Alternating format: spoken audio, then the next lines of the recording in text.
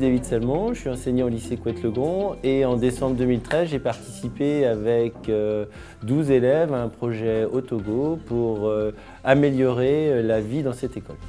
Il y avait 5 élèves garçons qui sont en électrotechnique et 7 élèves qui sont en aide aux personnes à domicile, qui réalisaient au sein de l'école des travaux différents. Les garçons, eux, travaillaient sur l'électricité, ils ont rénové complètement l'électricité de l'école, et les filles travaillaient sur l'hygiène et la santé.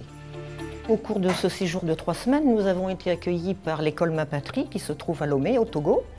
C'est une école primaire et un collège. Il y a environ 400 élèves, une dizaine d'enseignants, une directrice. Le projet initial, ça a été d'amener l'eau dans l'école, puisque avant ils buvaient l'eau de pluie, ils se lavaient les mains à l'eau de pluie. Et donc une entreprise privée a fait un forage à plusieurs mètres de profondeur pour récupérer de l'eau. Il n'y avait pas d'eau dans l'école, donc les enfants devaient traverser le carrefour dangereux pour aller à 1 kilomètre de l'école, récupérer de l'eau en rentrant mouillés, étant en retard en cours, etc. Donc sur la demande d'Élise, la directrice de cette école, nous on a décidé que ce serait le point fort du projet, l'eau. Ce financement de forage apporte aussi au niveau de l'école la rétribution d'une personne qui va vendre de l'eau pour les habitants du quartier. Donc c'est une ressource importante pour l'école.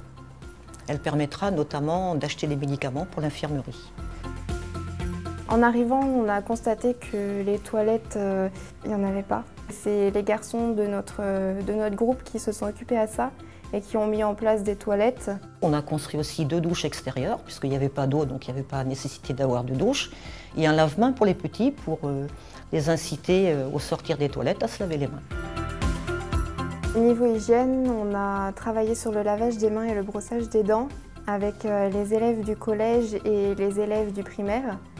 On a apporté nos connaissances sur les gestes de premier secours auprès des collégiens et des enseignants.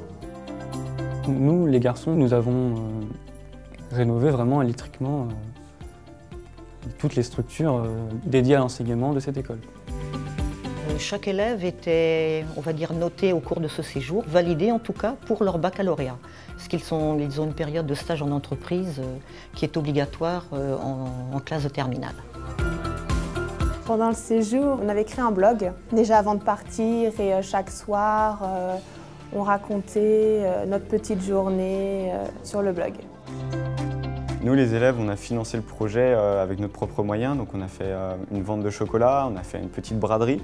On a fait aussi une course à l'intérieur du lycée. Ça nous a ramené quand même pas mal d'argent, près de 5 000 € à nous tous. Et sinon, les professeurs ont cherché de l'argent au niveau de la ville de Rennes, au niveau d'entreprises privées. Ce séjour, ça m'a apporté énormément d'émotions.